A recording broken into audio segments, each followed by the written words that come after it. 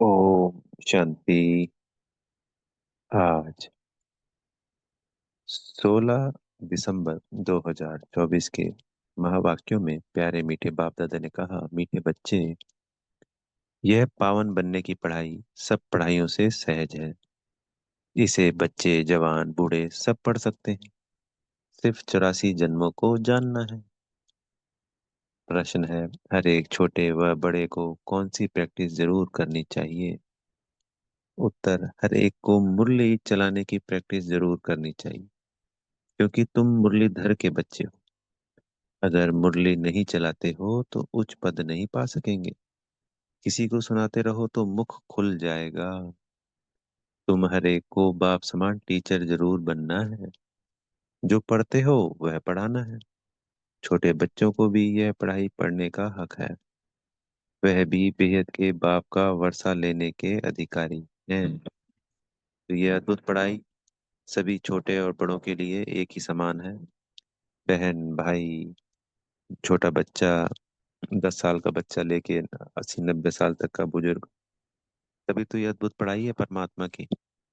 सभी एक साथ पढ़ते हैं और सभी के लिए एक ही पढ़ाई है। फिर बाबा ने कहा टीचर बनना है, यानी मुरली सुनाने वाला, ज्ञान समझाने वाला। जैसे बाबा ने हमें समझाया ऐसे ही हमें औरों को समझाना है। तो ऐसा टीचर बनना है। ओम शांति। अभी आती है शिव बाबा की जयंती। उस पर कैसे समझाना चाहिए? बाप ने तुमको समझाया है, वैसे तुमको फिर औरों को समझाना है। ऐसे तो नहीं बाबा जैसे तुमको पढ़ाता है वैसे वैसे बाबा को ही सबको पढ़ाना है। तो शिव बाबा जैसे हमको पढ़ा रहे हैं, ऐसे और बच्चों को थोड़ी पढ़ाने जाएंगे सबको। बाबा हमको टीचर बनाते हैं, हमको पढ़ाना है औरों को। शिव बाबा ने तुमको पढ़ाया है, जानते हो, इस शरीर द्वारा पढ़ाया है। बरोबर हम शिव बाबा की जयंती मनाते हैं। हम नाम भी शिव का लेते हैं। वह तो है ही निराकार। उनको शिव कहा जाता है। वो लोग कहते हैं शिव तो जन्म मरण रहित है, उनकी फिर जयंती कैसे होगी? यह तो तुम बच्चे जानते हो, कैसे नंबरवार मनाते आते हैं,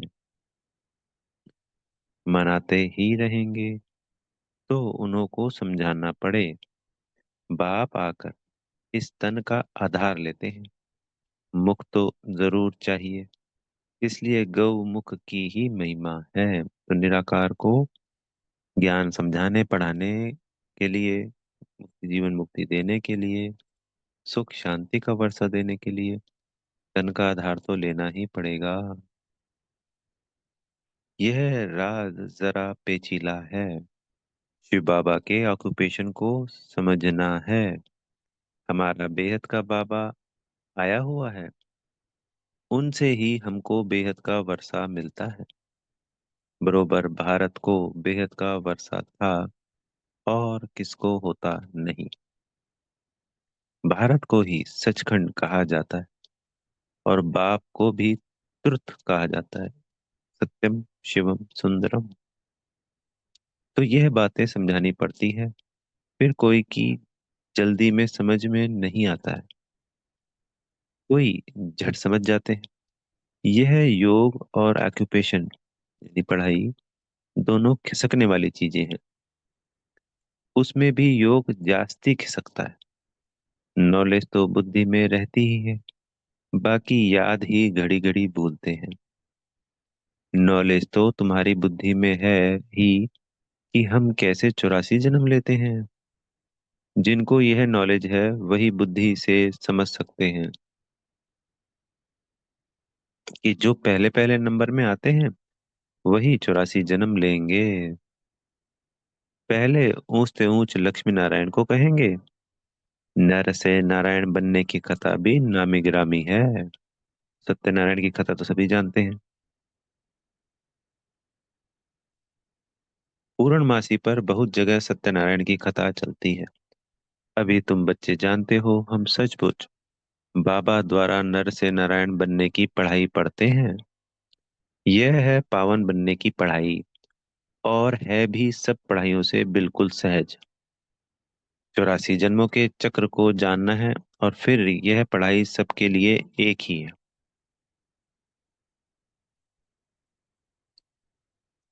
बूढ़े, बच्चे, जवान जो भी हों, सबके लिए एक ही पढ़ाई है। छोटे बच्चों का भी हक है। अगर माँ बाप इन्हों को थोड़ा थोड़ा सिखाते रहें तो टाइम तो बहुत पड़ा है। बच्चों को भी यह सिखाया जाता है कि शिव बाबा को याद करो। आत्मा और शरीर दोनों का बाप अलग अलग है। आत्मा बच्चा भी निराकारी है, तो बाप भी निराकारी है। यह भी तुम बच्चों की बुद्धि में है। वह निराकार शिव बाबा हमारा बाप है। कितना छोटा है, यह अच्छी रीति याद रखना है। भूलना नहीं चाहिए। हम आत्मा भी बिंदी मिसल छोटी हैं। ऐसे नहीं, ऊपर जाएंगे तो बड़ी दिखाई पड़ेगी, नीचे छोटी हो जाएगी। नहीं, वह तो है बिंदी। तो जैसे बाबा बिंदी हैं, ऐसे हम आत्मा बच्चे भी उनके समान बिंदी हैं। ऊपर में जाएंगे तो तुमको जैसे देखने में ही नहीं आएगी। बिंदी है ना, बिंदी क्या देखने में आएगी। इन बातों पर बच्चों को अच्छी रीति विचार भी करना है। हम आत्मा ऊपर से आई हैं, शरीर से पाठ बजाने। आत्मा घटती बढ़ती नहीं है।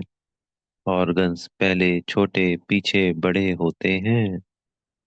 अभी जैसे तुमने समझा है, वैसे फिर औरों को समझाना है। यह तो जरूर है, नंबरवार जो जितना पढ़ा है उतना ही पढ़ाते हैं। सबको टीचर भी जरूर बनना है। तो सबको बाबा समान टीचर बनना है। तभी तो फिर और आत्माओं को समझाएंगे ना सब जगह। तो सबको टीचर भी जरूर बनना है सिखाने लिए। बाप में तो नॉलेज है, वह इतनी छोटी सी परमात्मा है। सदैव परम धाम में रहते हैं। यहाँ एक ही बार संगम पर आते हैं। बाप को पुकारते भी तब हैं जब बहुत दुखी होते हैं। कहते हैं आकर हमको सुखी बनाओ। बच्चे अब जानते हैं, हम पुकारते रहते हैं, बाबा आकर हमको पतित दुनिया से नई सतयुगी सुखी पावन दुनिया में ले चलो, अथवा वहां जाने का रास्ता बताओ।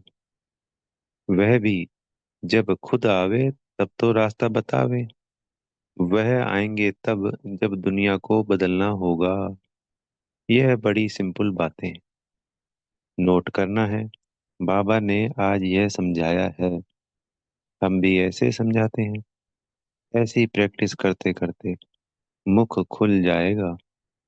तुम मुरलीधर के बच्चे हो, तुम्हें मुरलीधर जरूर बनना है। जब औरों का कल्याण करेंगे तब तो नई दुनिया में उच्च पद पाएंगे। वह पढ़ाई तो है यहाँ के लिए, जो संसार की पढ़ाई है। यह है भविष्य नई दुनिया के लिए। वहां तो सदैव सुख ही सुख है। वहां पांच विकार तंग करने वाले होते ही नहीं। यहाँ रावण राज्य अर्थात पराये राज्य में हम हैं। तुम ही पहले अपने राज्य में थे। तुम कहेंगे नई दुनिया, फिर भारत को ही पुरानी दुनिया कहा जाता है। गायन भी है, नई दुनिया में भारत।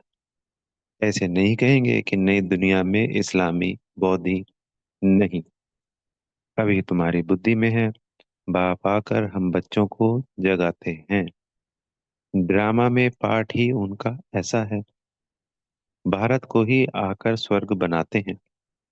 भारत ही पहला देश है। भारत पहले देश को ही स्वर्ग कहा जाता है। भारत की आयु भी लिमिटेड है। लाखों वर्ष कहना, यह तो अनलिमिटेड हो जाता है। तो हमारी आयु भारत की कितनी है सभी जानते हैं बच्चे तो, 5000 वर्ष। और सारी महिमा बाबा, क्योंकि इस भारत धरा पे आए बाबा, तो सारी महिमा भारत की है। क्योंकि जिस पे भगवान आएगा उसकी महिमा नहीं होगी क्या। तो ये अविनाशी खंड है, ये सर्वोच्च है सभी खंडों में। जैसे गीता सर्वशास्त्र शिरोमणि है, ऐसे ही भारत खंड भी सबका माई बाप है, दूसरे खंडों का।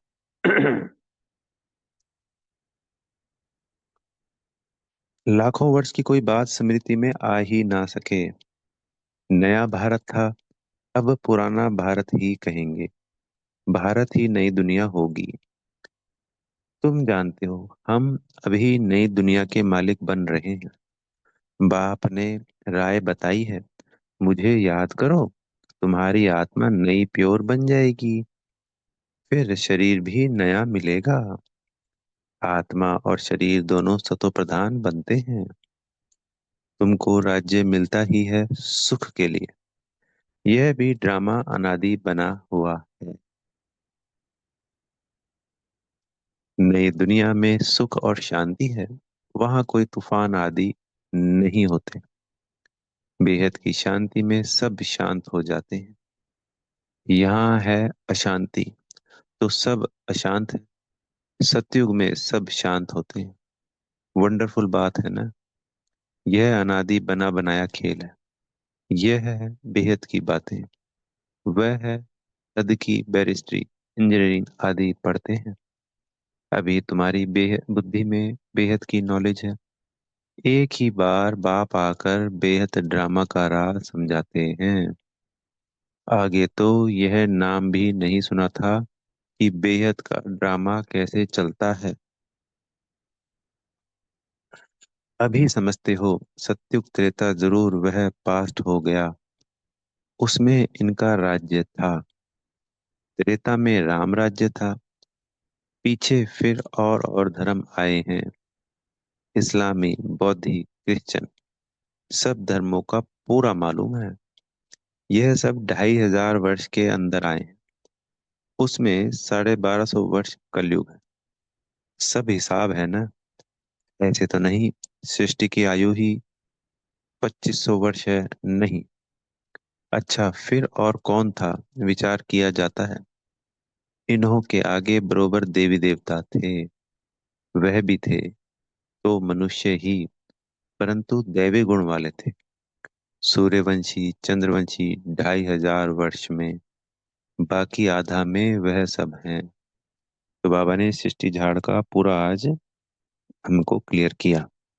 तो कहाँ 2500 वर्ष सिर्फ एक ही धर्म, और कहाँ 2500 वर्षों में सभी धर्म, सभी टाल टालियां, सब कुछ आ जाता है, पूरा झाड़ आ जाता है। वंडरफुल है ना। बाबा ने हम बच्चों के लिए कितनी सुंदर दुनिया बनाई, कितने लंबे समय के लिए बनाई। बहुत सुंदर, अद्भुत। कितना प्रेम करते हैं बाबा हमसे, कितनी सुंदर सौगात गिफ्ट देते हैं। जो जितना जिससे ज्यादा प्रेम करता है, उसको उतनी बड़ी सौगात देते हैं। तो बाबा हम बच्चों को कितना प्रेम करते हैं, जो इतनी बड़ी सौगात दी। इससे जास्ती का तो कोई हिसाब किताब निकल ना सके। फुल, पौना, आधा, चौथा, 4 हिस्सा हैं। कायदे सिर्फ टुकड़ा टुकड़ा करेंगे ना। आधा में तो यह है, कहते भी हैं सतयुग में सूर्यवंशी राज्य, त्रेता में चंद्रवंशी राम राज्य। यह तुम सिद्ध कर बतलाते हो, तो जरूर सबसे बड़ी आयु उनकी होगी जो पहले पहले सतयुग में आते हैं। कल्प ही 5000 वर्ष का है।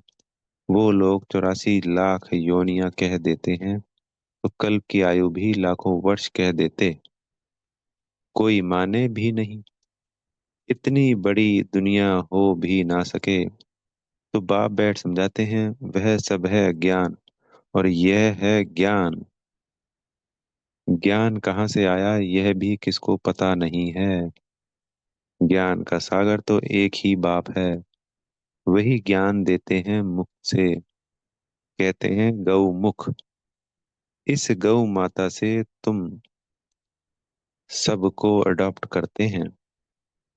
कौन सी गौ माता? ब्रह्मा बाबा। यह थोड़ी सी बातें समझाने में तो बहुत सहज है। एक रोज समझाकर फिर छोड़ देंगे तो बुद्धि फिर और बातों में लग जाएगी। स्कूल में एक दिन पढ़ा जाता है, या रेगुलर पढ़ना होता है। तो कई बच्चे कहते हैं ना, बाबा रोज रोज वो बातें पढ़ाते हैं। पढ़ने तो स्कूल भी रोज जाते हैं, ये भी यूनिवर्सिटी है, ईश्वरीय यूनिवर्सिटी, गॉडली यूनिवर्सिटी। अगर किसी को सारी बातें वो हफ्ते वाला कोर्स करा दें और फिर उसके बाद कहें कि बस अब हो गया, और फिर 6 महीने बाद पूछेंगे तो क्या याद रहेगा?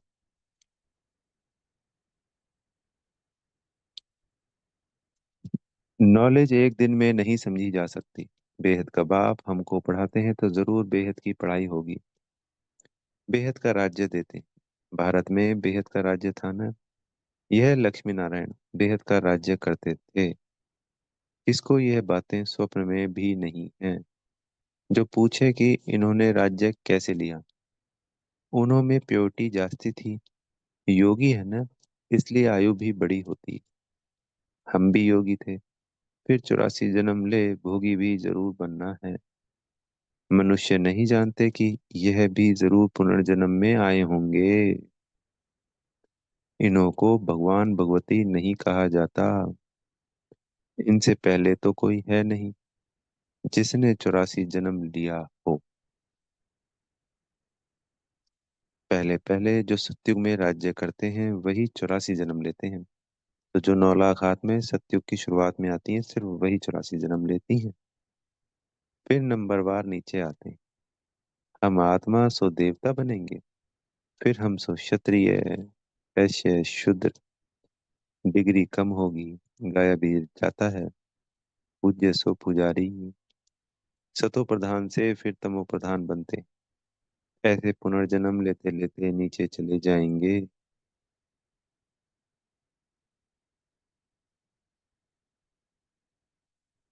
यह कितना सहज है, परंतु माया ऐसी है जो सब बातें भुला देती।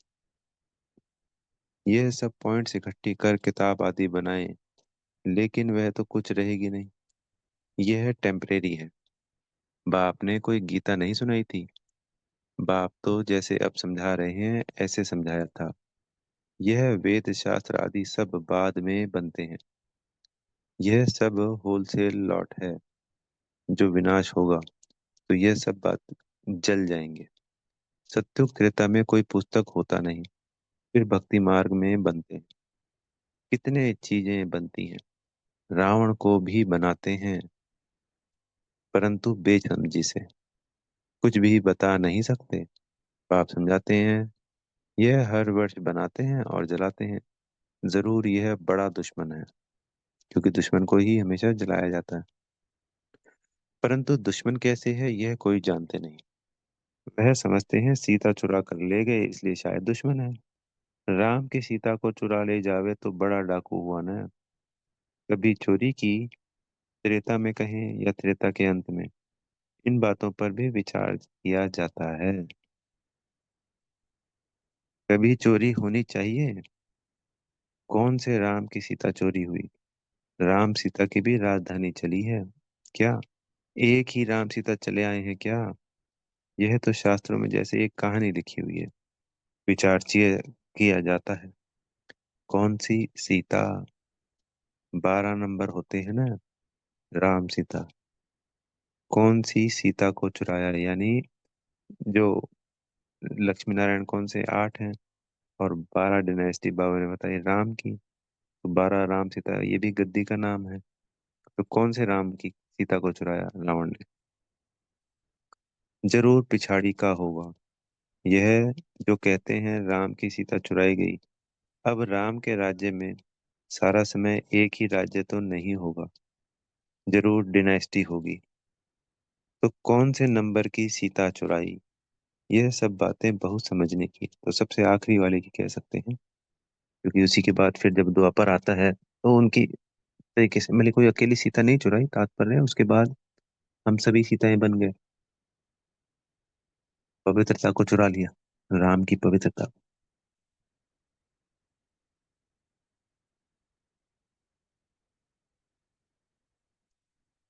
यह सब बातें बहुत समझने की।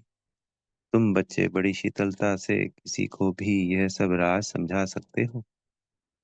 बाप समझाते हैं भक्ति मार्ग में मनुष्य कितना धक्का खाते खाते दुखी हो गए हैं। जब अति दुखी होते हैं तब रड़ियां मारते हैं, बाबा इस दुख से छुड़ाओ। रावण तो कोई चीज है नहीं ना। अगर है तो अपने राजा को फिर हर वर्ष मारते क्यों हैं? रावण की जरूर स्त्री भी होगी। मंदोदरी दिखाते हैं। मंदोदरी का बुत बनाकर जलाए, ऐसा कभी देखा नहीं है। तो बाप बैठ जाते हैं। यह है ही झूठी माया झूठी खाई, झूठा सब संसार। अभी तुम झूठे से सच्चे, झूठे मनुष्य से सच्चे देवता बनते हो। फर्क तो हुआ ना। वहां तो सदैव सच बोलेंगे।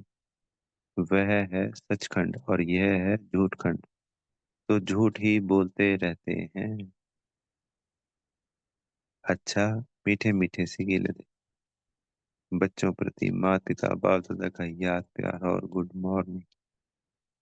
रूहानी बाप की रूहानी बच्चों को नमस्ते। हम रूहानी बच्चों की प्यारे मीठे रूहानी बाप दादा जी को याद प्यार गुड मॉर्निंग और नमस्ते। धारणा के लिए मुख्य सार में पहला पॉइंट, ज्ञान सागर बाप को रोज बेहद की पढ़ाई। ज्ञान सागर बाप जो रोज बेहद की पढ़ाई पढ़ाते हैं, उस पर विचार सागर मंथन करना है। जो पढ़ा है वह दूसरों को भी पढ़ाना है। दूसरा पॉइंट, यह बेहद का ड्रामा कैसे चल रहा है? यह अनादि बना बनाया वंडरफुल ड्रामा है। इस राज को अच्छी तरह समझकर फिर समझाना है।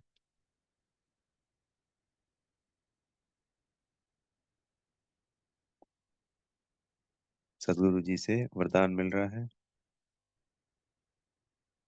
स्वयं में समाएंगे। पवित्रता की श्रेष्ठ धारणा द्वारा एक धर्म के संस्कार वाले समर्थ सम्राट भव। आपके स्वराज्य का धर्म अर्थात धारणा है पवित्रता। एक धर्म अर्थात एक धारणा। स्वप्न व संकल्प मात्र भी अपवित्रता अर्थात दूसरा धर्म न हो, क्योंकि जहाँ पवित्रता है वहाँ अपवित्रता अर्थात व्यर्थ व विकल्प का नाम निशान नहीं होगा। ऐसे संपूर्ण पवित्रता के संस्कार भरने वाले ही समर्थ सम्राट हैं। तो कल संडे की अव्यक्त मुरली में बाबा ने संपूर्ण पवित्रता की बात की। आज हमें वरदान दिया है और समझ में भी आया है कि कोई भी व्यर्थ व विकल्प का नाम निशान नहीं होगा। सब ऐसे संपूर्ण पवित्रता के संस्कार भरने वाले ही समर्थ सम्राट हैं। अभी के श्रेष्ठ संस्कारों के आधार से भविष्य संस्कार भविष्य संसार बनता है। अभी के संस्कार भविष्य संस्कार का फाउंडेशन है। स्लोगन है, विजय रतन वही बनते हैं जिनकी सच्ची प्रीत एक परमात्मा से है। अच्छा, ओम शांति। बेहद का धन्यवाद मेरे प्यारे मीठे बाप दादा जी का, आप सभी आत्मा भाइयों का, और दिल से आप सबको बेहद की शुभकामनाएं। ओम शांति।